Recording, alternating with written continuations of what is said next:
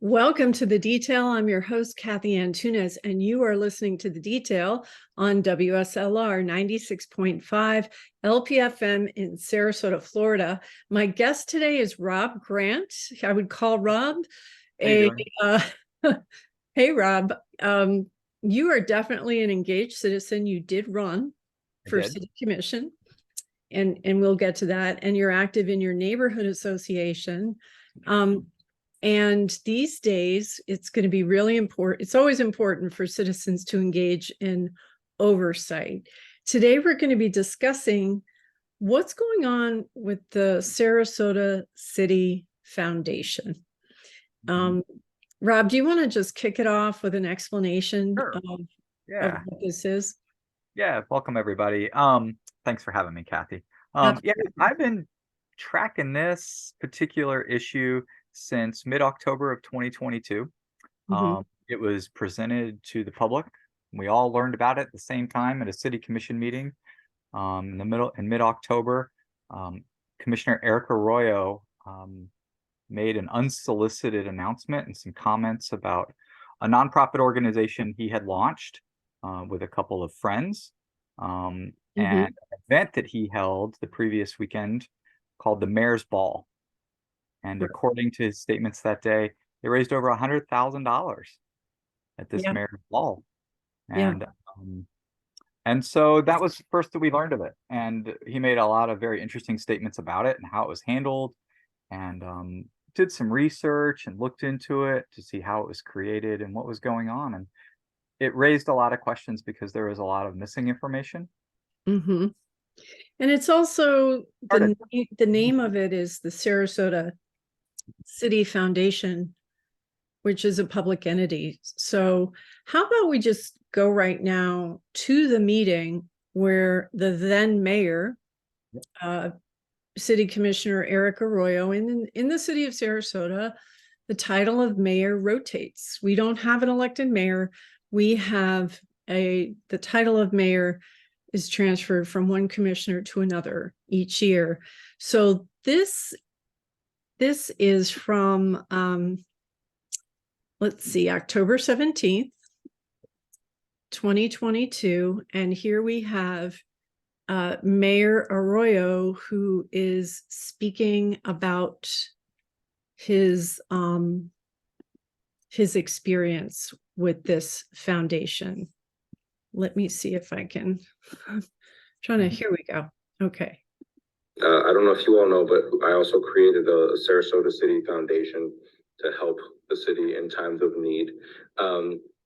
So you know, when I got a grant of $5,000 when I first got elected, and we have it in the city so people don't get their water shut off. It was when the water moratorium was happening. We could help people maybe start a payment plan or something. We had some money left, and I tried to use that money to buy gift cards for our police officers, but they said I couldn't because the money that I had, which was my money, it was unrestricted. They're like, no, you need a budget amendment, so it needs to come to the commission, and then it was like such a process. But private philanthropy has helped us so much over this time. That Veterans Mural, we don't have money for that. I was able to get my friend who has a private foundation to donate $8,000, $8,000 or $9,000 to have that private mural at the Veterans of Foreign Wars. And that gave me, so many other friends that have helped us with other projects. A friend of mine donated $350 to every teacher in Sarasota County. Another one, bought, you've seen Elizabeth Moore, she bought the, $3.5 million, $8 million property and donated it for conservation. I mean, do we have such a giving community? So I created a Sarasota City Foundation, had an event called the Mayor's Ball. I made fun of the people that attended. If you all had come, I would have cracked some jokes too. They were all in good fun. And we raised over $130,000 on Saturday. Yeah, I think that's something though that we need to talk about is this City of Sarasota Foundation, because it's represented as a City of Sarasota Foundation, and there's no rules about who and how the money is spent and everything. So I think that's got to be something that the commission discusses. Well, it's a separate thing, kind of like the police foundation. The police has nothing to do with it. It is, but it gives the impression that it's city sponsored. that's the rub with that. You know, if you're going to have a foundation that you're creating that you want to administer the funds, it should be called something else and not called the City of Sarasota Foundation, because then I think it's the city sponsored. Well, the city can't have a foundation on it, though. Yeah, I mean, we could talk about that, but it's a separate thing. We raised good funds, and now we don't need a budget amendment. My gift cards for our police officers. So, thank you all. Thank you. Thank you for being here. Have a good evening. Richard. Okay. Fascinating. Yeah. Yeah, right. So first I want to say, it is a good thing to want to find ways to help people who need help, right? It's Sure a is. great thing to Most want. of us want to do that. What's that? Most of us want to do that. Right. Yeah. And so to have a fund that the city administers to help residents, because the water expenses have gone up. And for people on fixed incomes, or, you know, living close to the edge and, you know, just making ends meet, that's a big increase. And so, yeah, a water fund makes sense. And we do have a giving community, and grants for conservation that he referenced, or a mural to honor veterans. That's all great, right? Fabulous. It's good for everyone. Yeah, that's good.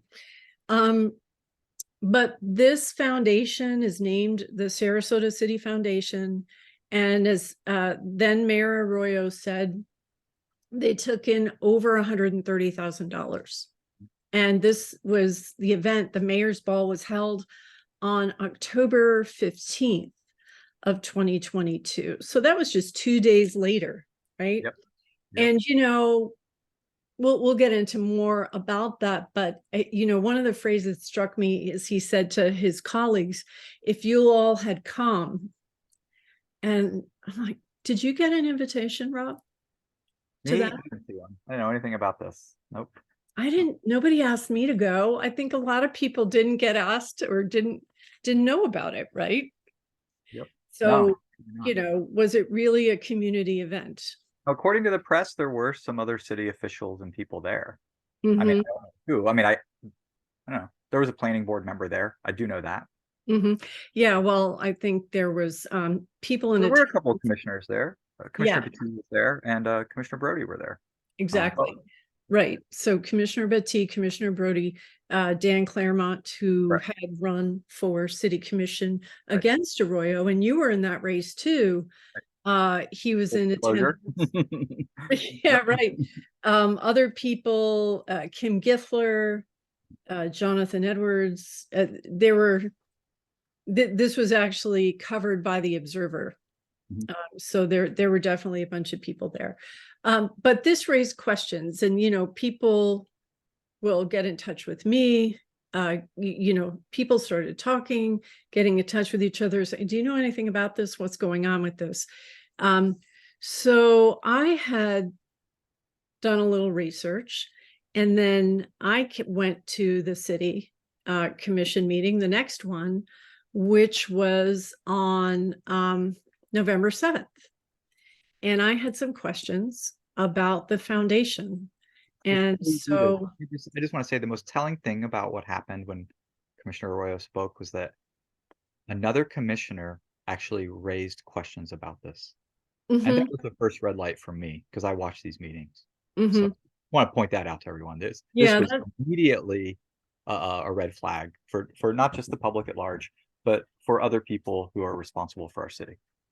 Yes, absolutely. And that's huge. So let me go ahead and share. This was the next commission meeting was November 7th.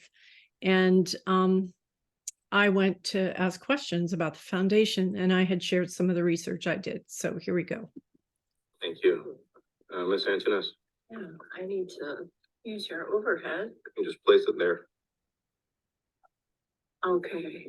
It's great to be here with so much good news. I do have a concern, based on the last meeting about the city foundation. And I would love to meet with you, Mayor Arroyo, about this. it was stated that this is separate from the city, but this is actually incorporated at City Hall.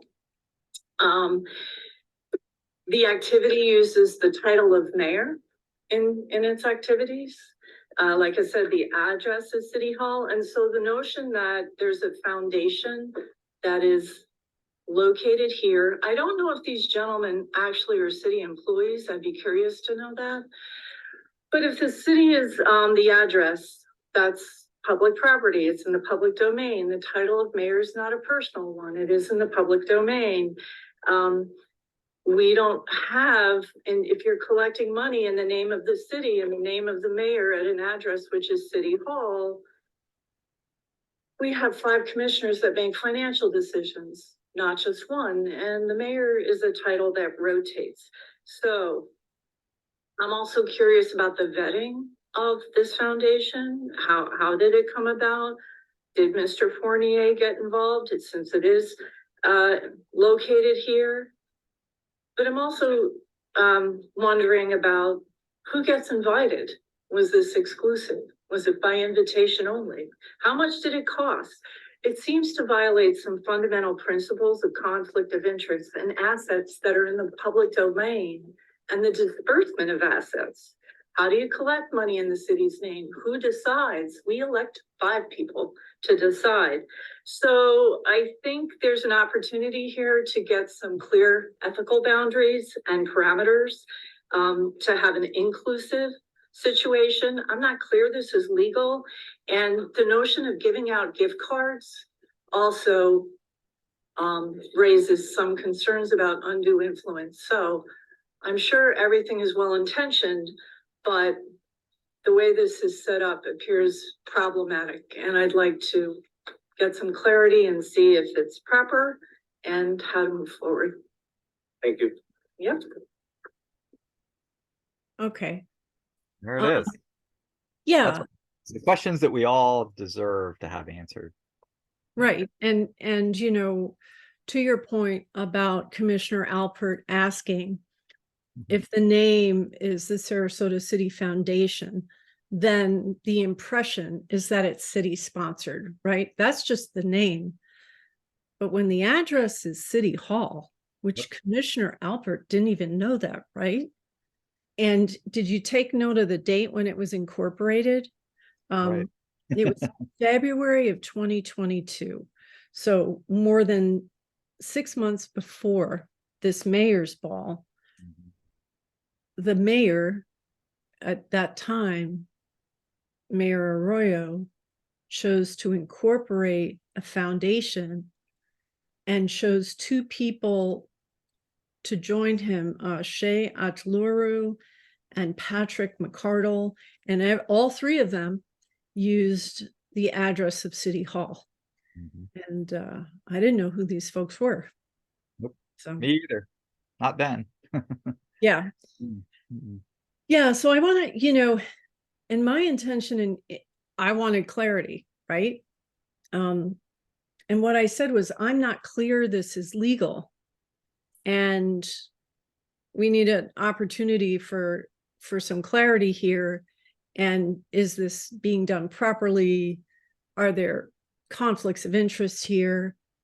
It was pretty interesting to me, the response of Commissioner Arroyo, and I'm, you know, we can go straight to that, but do you have anything else to share from? I think the fact that the way he presented this, you know, entirely was problematic. It's clear from his statements and comments at the get-go that he really doesn't respect the process of having 5 commissioners make decisions. He received a grant. I think really the grant was, I don't know this, I'm speculating, but it sounds to me like this was probably given to the city in honor of him, because clearly it was a restricted grant. Otherwise he would have been able to redirect it. The fact that he's about the $5,000 to help residents with water bills. That's correct. Yeah. You know, if it had been unrestricted, he would have been able to get with Marlon Brown and they could have directed it any way they want. The fact that it required approval indicates that this money was in fact restricted for a specific purpose. And So- he had said there was money left over and I wanted to buy gift cards for the police, but I was told I couldn't do that. And he expressed some frustration that That's there right. was a process, right? I'm guessing this might have been a part of what led to the launch of this organization. And it again, to me, it reflects that he doesn't respect, I don't know, the process of our democracy downtown, and there's 5 people that get to make these decisions, and you're not always happy with what the decisions are. Right. And that's just Are. he crumbles, right? That's just how it is. We've Okay. all learned that at this point, hopefully. Yeah. So let's have a look because, the public input that I gave happens at the beginning of the meeting.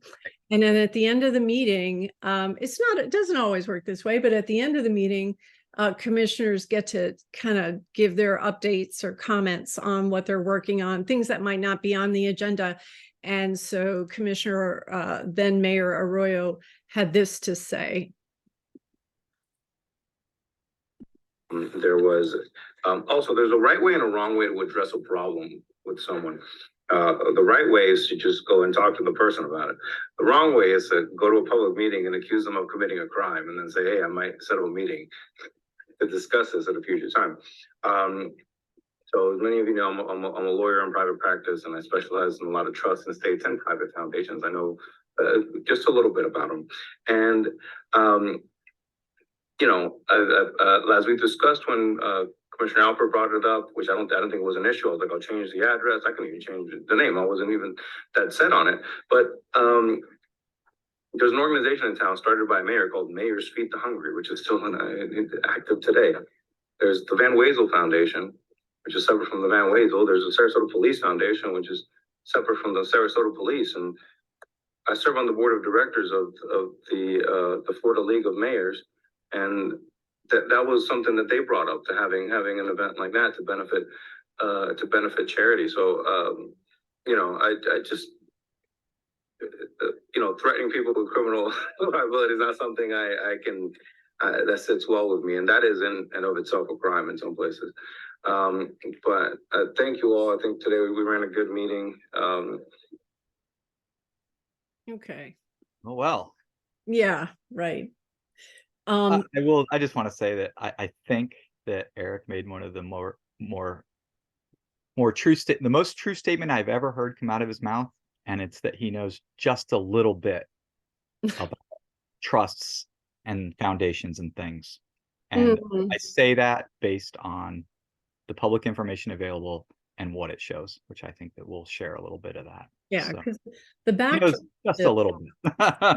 yeah, so people here listening understand, why does this matter? Well, first of all, you want to know that your public officials are handling their responsibilities and just executing them properly. They have respect for the public, and there is an FDLE investigation regarding Commissioner Arroyo's activity with this foundation and some other issues, which we will get to, having to do with a development project. So I find it, when I first gave input at a city commission meeting, this was back in 2008, and I was nervous. Yeah.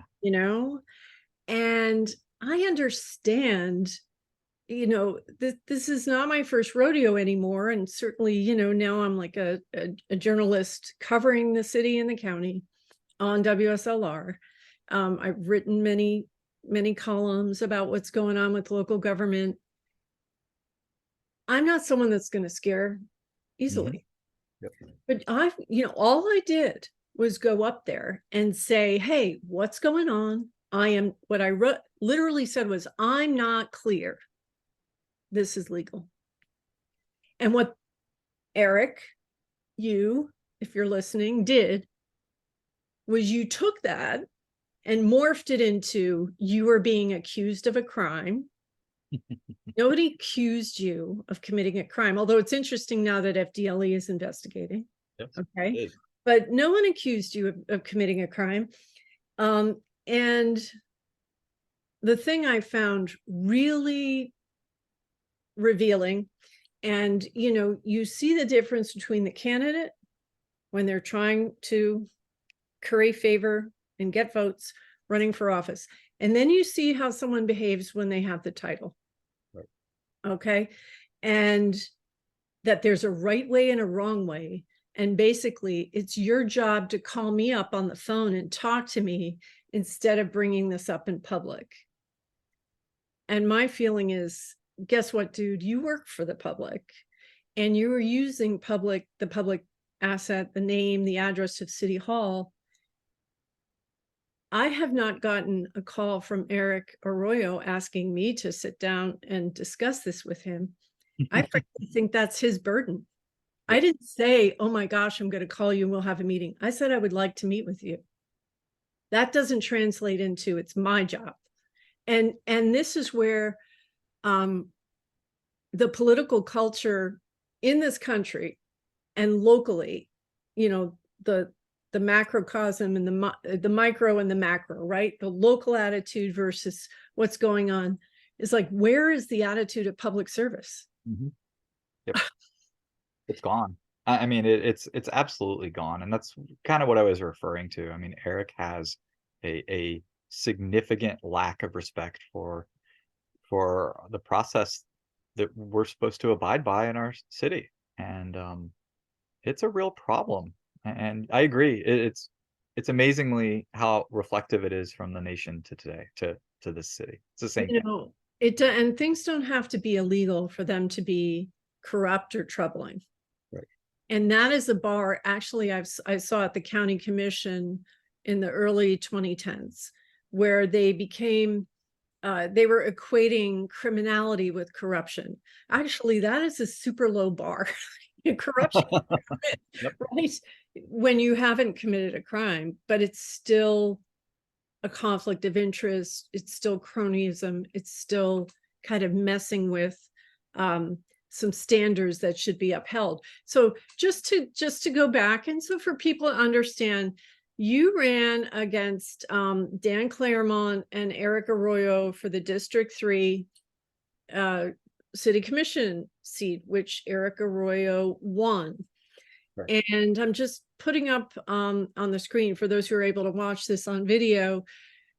This was in August of 2023, and Mr. Arroyo got I'm sorry, 2020. Yeah, 3 years ago. Yep. Yeah, it was in 2020. So Mr. Arroyo got about 30% of the vote, 1,008 votes. Mr. Claremont got about 41.64% of the votes, 1,379 votes. And you came in at 27.93 with 925 votes. So the difference, the delta between you and the next person, Mr. Arroyo, was 83 votes. So close. So right. Close. Yep. And you got into the race late, Yep. But so this was, then there was a runoff, right? And then it was between Eric Arroyo and Dan Claremont. And let me just show the results of that. Oh no, this is the same. Okay. So the final vote was between these two candidates. And as you can see,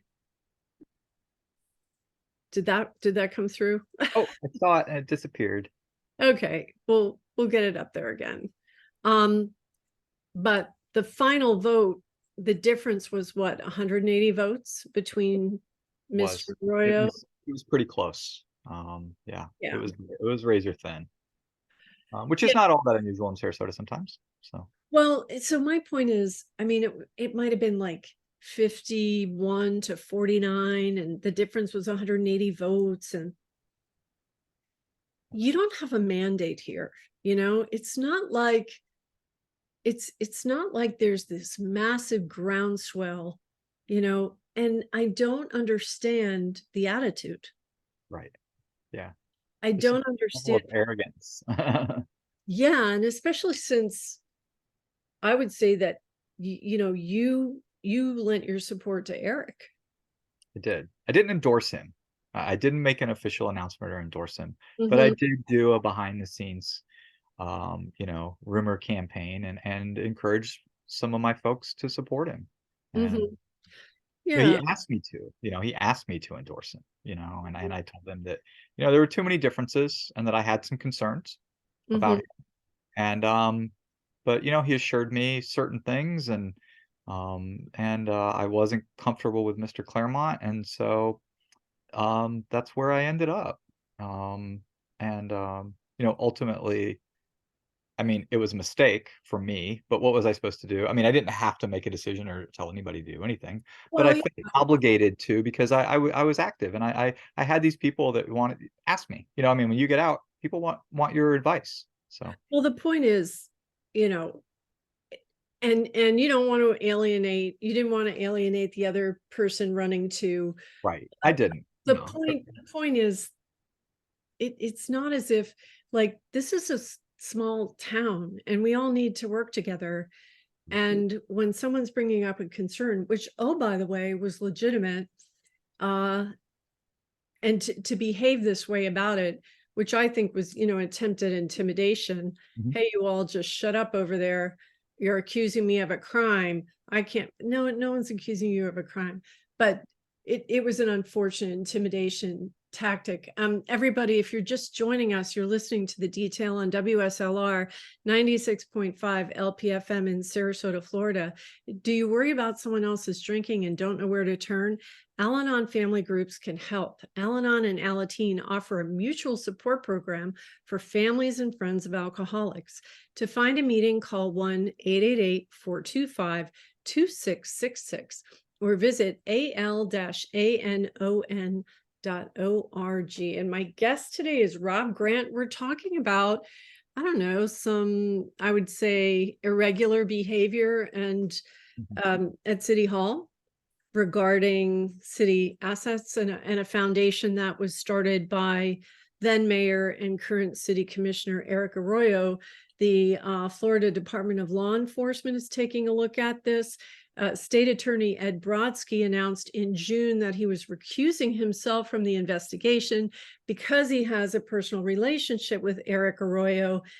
It's being handled by a state attorney from a different part of Florida. And there's also some question now regarding public records and Commissioner Arroyo maintaining and surrendering public records. Right. So I just I've had some experience with this with a prior issue. City commissioners, any public official in Florida, we have the Sunshine Law, which requires deliberation to happen in front of the public.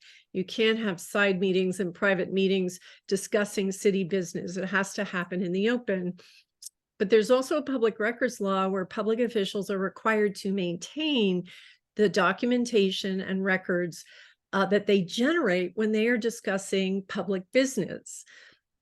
And we have a letter from an attorney now, it's an email to the city asking for, well, first demonstrating that there's an issue with Commissioner Arroyo maintaining public records, that it isn't happening the way it should.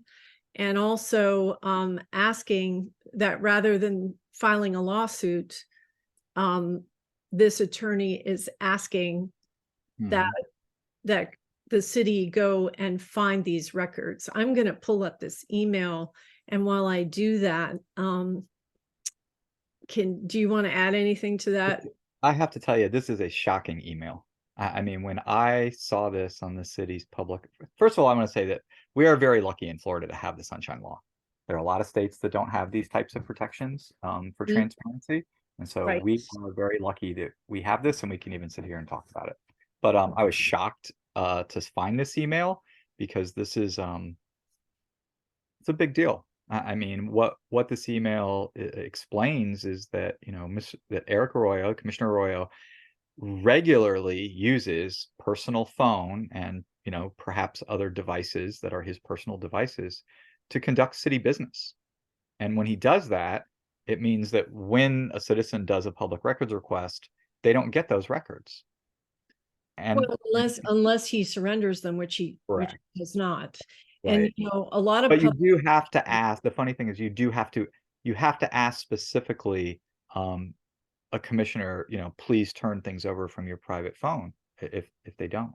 And he apparently you shouldn't have to ask. The burden that's is right. You should the not. official. They are not supposed to use personal devices to conduct. That's not actually the case. What it is they're supposed to maintain public records. You're right.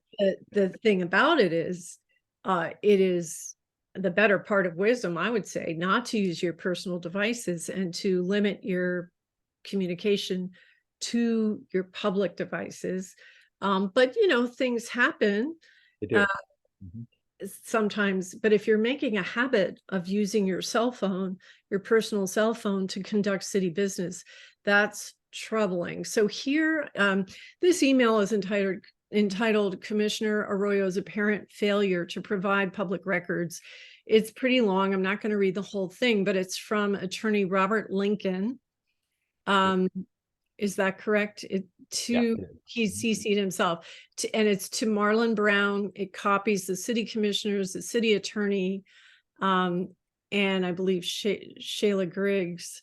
You got a city staff member there and another attorney. That's what you have. Right. She's the city auditor and clerk. So I'm going to just cut to the chase. Robert Lincoln is an attorney that's challenging a development decision made by the city to essentially allow kind of an arcade, a connection between buildings that those affected people nearby. This is in the Quay area, where one development project has decided that they have the right to build over a street. They're basically seizing air rights that their neighbors say they don't have a right to. And it's about blocking views of other condominiums nearby. So this is gaining traction as a serious issue. And here's what Mr. Lincoln is writing to the city auditor and clerk and to the city manager. As evidence that Commissioner Arroyo has failed to provide public records that are or were in his custody or possession, I offer the following. Multiple text messages dated February 8th, 2023, between Kim Githler and Commissioner Arroyo on his private phone regarding the article that had appeared that morning in the Observer. These texts were obtained in discovery, presumably from Ms. Githler, but not produced by Commissioner Arroyo to the city or by the city to me, meaning Mr. Lincoln. Number two, multiple text messages dated February 10th, 2023 from Kim Githler to Commissioner Arroyo on his private phone, again obtained through discovery, but not produced by Commissioner Arroyo to the city or by the city to me. The file attached to that text was a letter that was sent to me 4 hours later by one of the One Park's attorneys. One Park is the name of the development.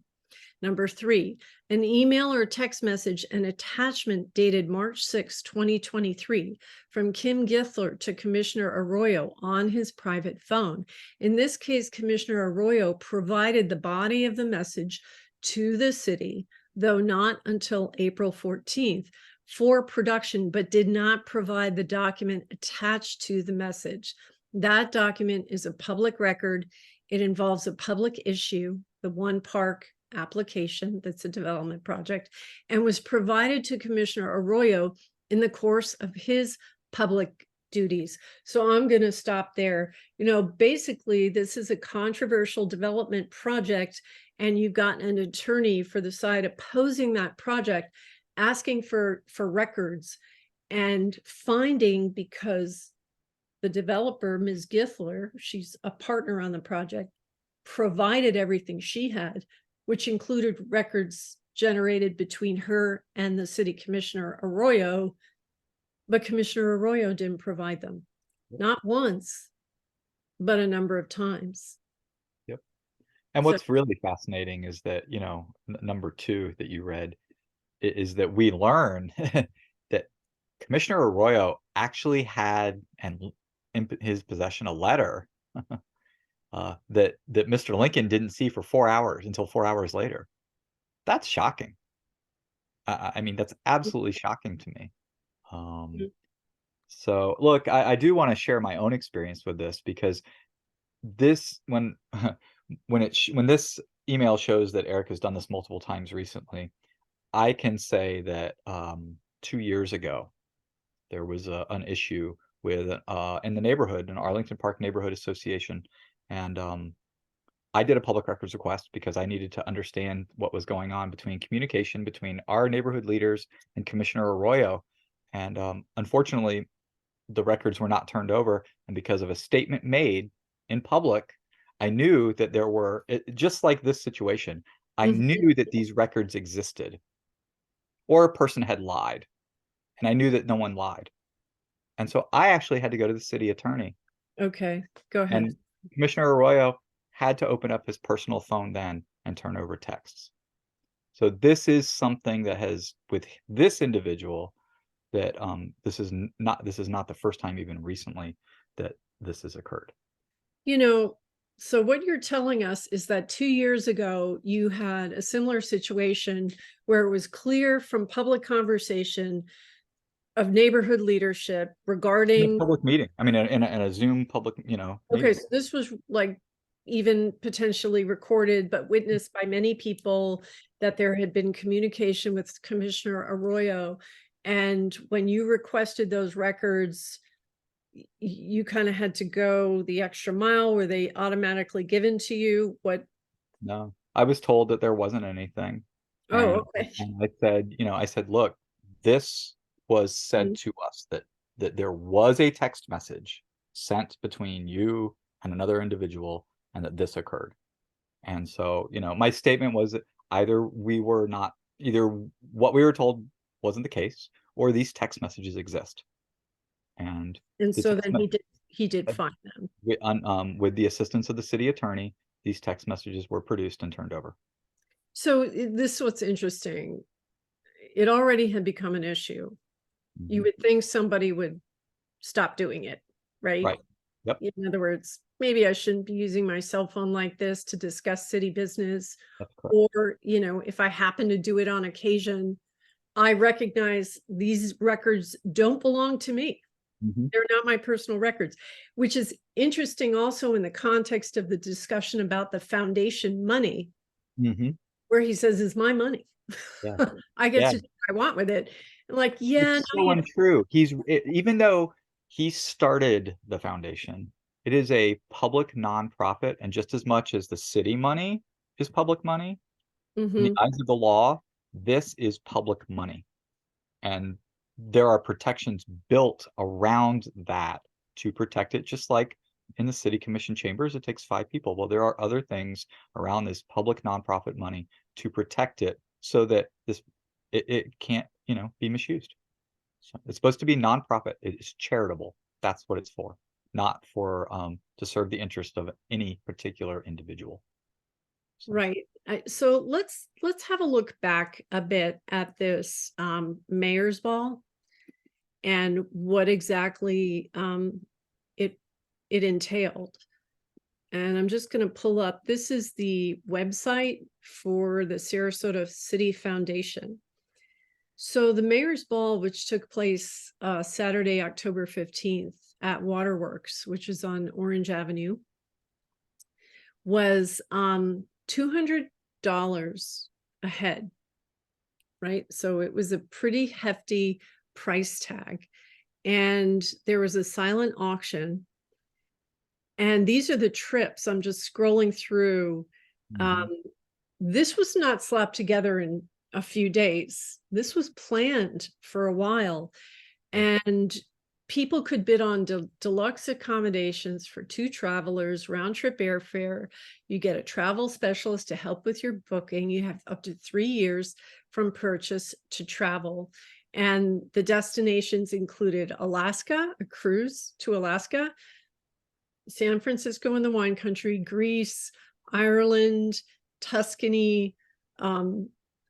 excuse me, Iceland, the Thousand Islands in the Adirondacks, a South African photo safari. I mean, sign me up. That sounds great. But again, this is public. This should be public record. And the thing about it is, who is donating? Who is funding these trips, right? Mhm. We don't know that. And the question always is, what do they expect anything in return for putting up these trips? Is there any special access that they get? And some of that is just, we get it, donors have access. A lot of us have donated to campaigns, but it has to be disclosed, right? There are requirements, there are state requirements, there are requirements to all of these things. Audits required, possibly depending upon the organization. Yeah, there's protections here, and some of the there seems to be a little loosey-goosey with some of this here in this case, in my opinion. Right. And so, again, because I didn't know who these folks were, right, who are part of this foundation. They were new names to me. And at the time I gave input, they all were using an address of City Hall. So here you have the then mayor, Eric Arroyo. Interesting, the website still says he's mayor, which he's not now. Yeah, even today. Yep. And what happens to the mayor's ball if the mayor changes, right? Shea Atluru, okay, here's a picture of this gentleman, Patrick S. McCardle. So they're all founders of this foundation. Do you happen to know any of them, or? Well, I know I do a bit. I can tell you, Mr. McCardle is an attorney. I do know that when this organization was formed, I don't believe this was the case, but currently, Eric and Mr. McCardle are in business together. They launched a law firm together, apparently. Okay. Mr. Atleru is a civil engineer, and I believe he sits on the board of the DSA, the Downtown Sarasota Alliance. So he's engaged in city events. I've seen him speak at City Hall once. I don't recall what, but so that's all I know about him, though. Yeah. So let's see if I can pull this up again, just to give you that visual, because Mr. Atluru is the president and CEO of, well, he's the chair, excuse me. He's got his own firm, but he's also on the board of directors, the executive committee of the DSA. So, once again, there's something called an interlocking directorate that can, I've seen this actually, it doesn't really matter. In the public sector, there's a higher bar, right? There should be a higher bar anyway to avoid undue influence. In the private sector, I've seen this cause trouble myself personally, where you're watching people who serve on multiple boards, who then take a practice or a process from one organization and bring it to another without proper vetting. And the board of that other organization says, oh, we know him and we know them and it must all be great. And they don't engage in proper due diligence. Or they may go, well, we're just going to give the business to this person because we know them and they do the, they serve on the ABC board and we're on the XYZ board.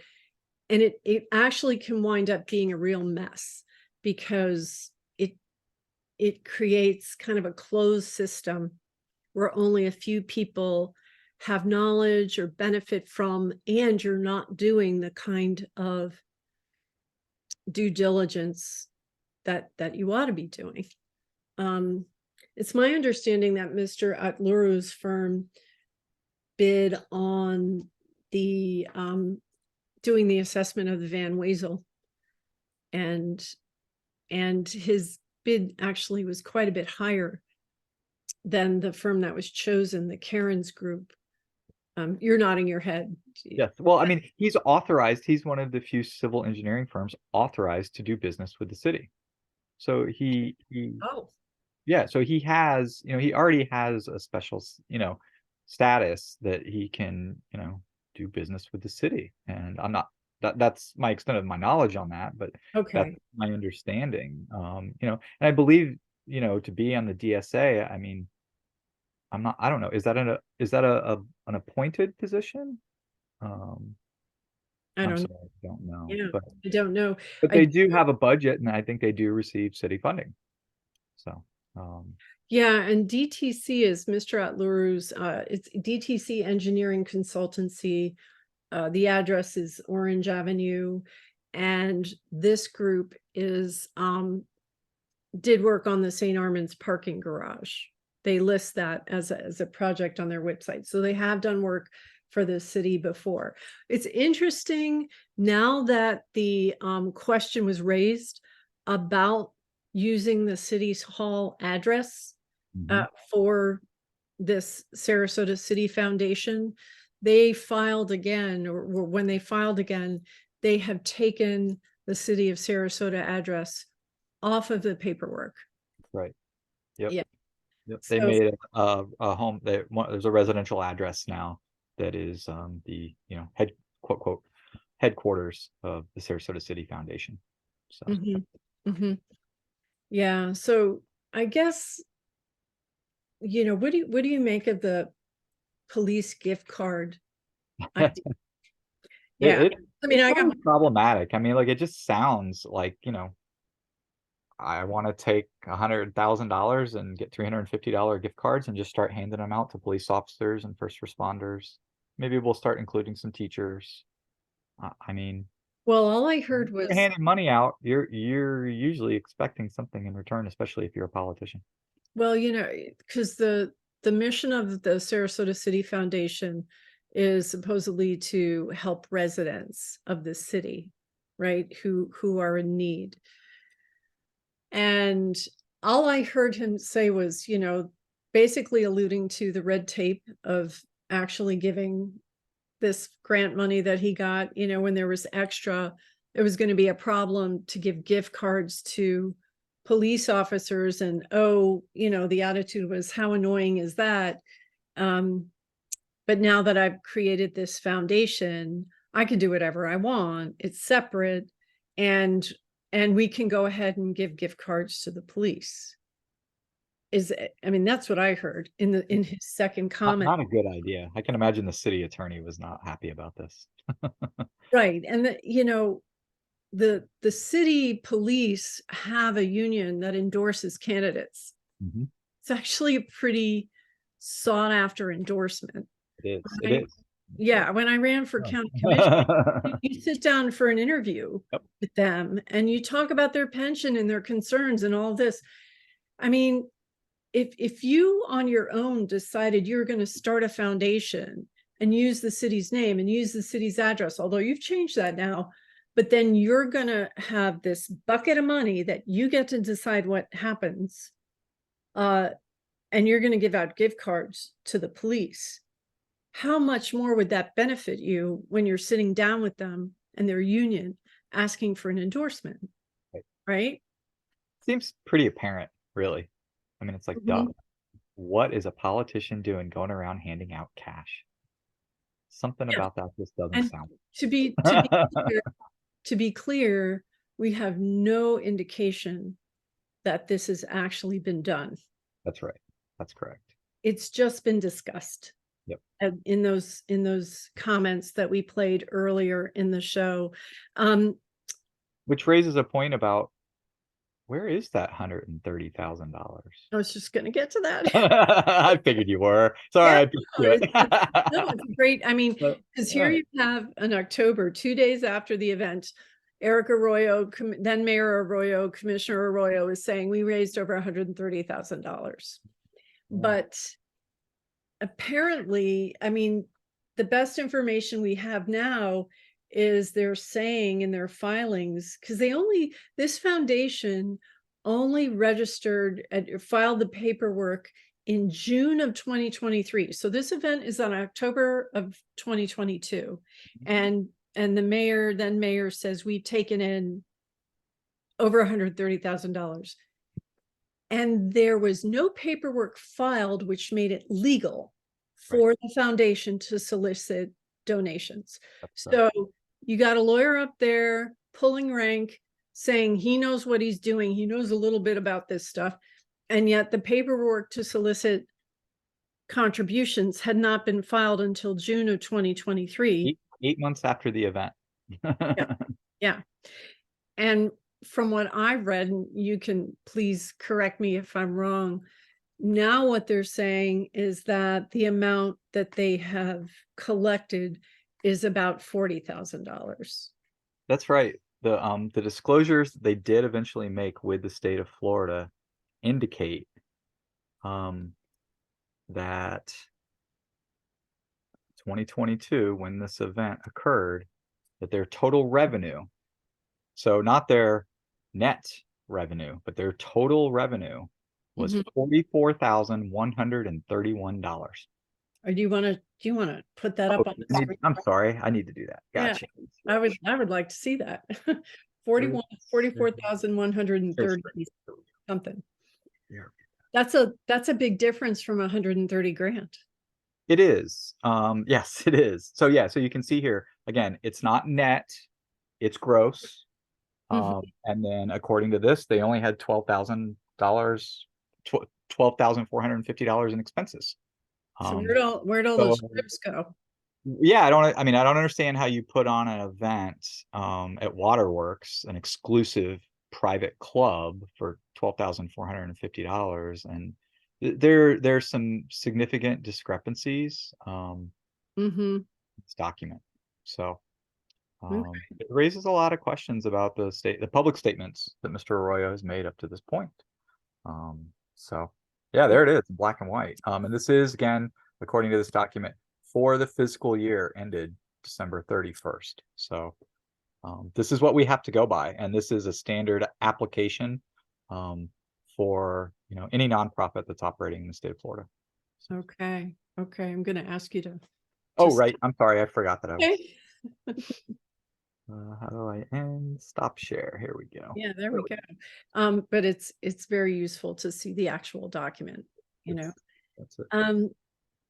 I think we're living in a time where we need to really take a close look at how our public institutions operate and who they serve, up and down the line, locally, in the municipal level, at the county level, at the state level, and certainly at the national level. We're really going through a bit of an earthquake, really, in terms of our values as a country, our values in standing up for democracy, and whose interests are really going to be served. So again, great to want to help people, right?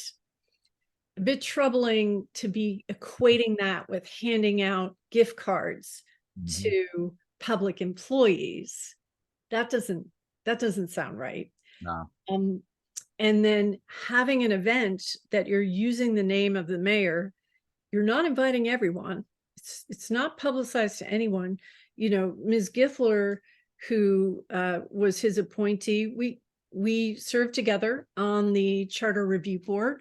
Ms. Gifler and I, very bright woman. She's the developer in this one park, which is controversial, about just taking the air rights and building over the street without permission. And so her neighbors, the neighbors of this development, have hired Mr. Lincoln to look out for their interests.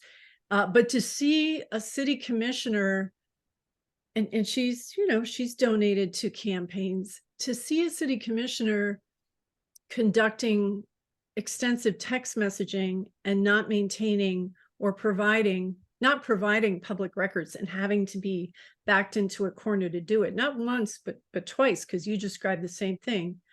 All very concerning. Any parting thoughts for the audience with what we need to be looking out for? I guess real quick, I would say that this is related to this development, but it's a bigger picture story that we have. And I Mhm. think that there's a lot more to come. And I say that because there are depositions ongoing. In fact, there was a deposition this morning of Miss Gittler. And I did make an attempt to watch it and listen in. I was Mm. not allowed to, but that's Yeah, okay. But definitely, there's a lot definitely. of there's a lot of information to come. I'm pretty sure. Depositions usually are not That's public. right. They're not, but they accidentally released the Zoom info, and I figured, why not? Let's see what happens. But All so right. Well, everybody, Rob, thank you so much for joining thank me. you for having me, Kathy. Always. Yep. Absolutely. It's a pleasure. Everybody, it's your government. You want to keep tabs on what's going on and make sure it's serving you. You've been listening to The Detail on WSLR 96.5 LPFM in Sarasota, Florida. If drinking is no longer fun for you and separates you from other people, you can attend an AA meeting. They've been there. More information is available by phone at 941-951-6810 or online at aasrq.org. Be sure to stay tuned for more public affairs programming here on WSLR. Make it a great day.